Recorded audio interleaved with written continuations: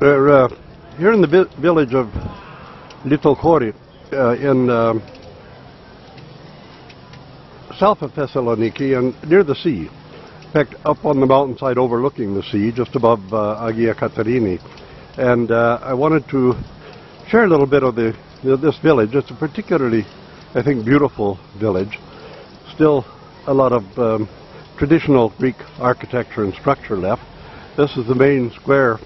And we're here to visit Gregory Kalomeros, the son of the late Alexander Kalomeros.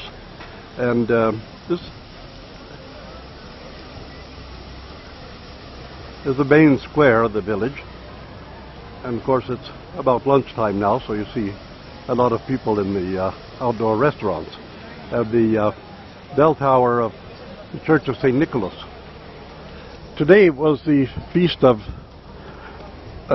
St. John the Theologian here, and I was at the monastery of Agia Theodora of Thessaloniki, the relics of St. Theodora, the complete body, and of St. David of Thessaloniki. Some of you will know the story of St. David, who was something of what we would call a pillar sitter, only he used an almond tree instead of a pillar. And the moshti, the relics, were there. We had beautiful liturgy there in the monastery, and we managed to be there also for the Orthros service. And here in this area by Litokhoro, you'll see that we're already toward the mountains. And mountains get quite high and dramatic here. As we go up into Epirus, of course, they're much higher. Today, the reading that we had in the monastery for St. John the Theologian was from his epistle, in which he tells us that whoever still has fear has not yet been made perfect in love, because love drives out fear. And the eagleman of the monastery who gave the sermon today reminded us that fear is not normal for Orthodox Christians, that we have replaced fear with love and hope, and that love and hope are the triumphs in our lives, that we begin with fear as infants in the faith and as infants in our spiritual growth and development, but that fear is swallowed up in love, and we understand that God loves us and desires our salvation, and that God doesn't really punish us either in this world or the world to come, that the punishment that we experience really comes from our own conscience that is there to guide us and direct us, and that when we're out of contact with our conscience, if we have an unhealthy relationship with our conscience, we suffer already in this life.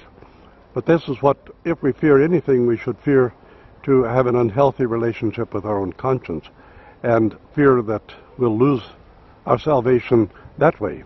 But that perfect love drives out fear, because fear has torment.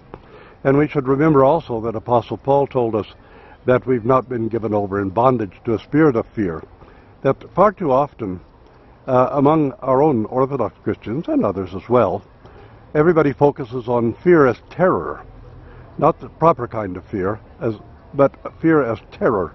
And we sometimes make God look like a heavenly terrorist. And in the reading today, and also in the eagleman's sermon, we were warned against that kind of attitude and that kind of idea. See, there's a beautiful canyon, very narrow canyon, up behind the town, and it would be exciting to explore it. If I were 50 years younger, probably I would already have started to climb. But at 70 years old, I don't climb quite so quickly and quite so easily.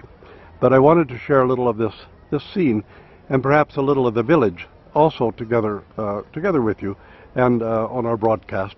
And you see here a lot of the traditional architecture really being maintained. And it's really a joy to come to one of these towns. Mostly you find them in the mountains or up against the mountains like this, where we find the village maintained intact as something that has the character of the true Greece in it.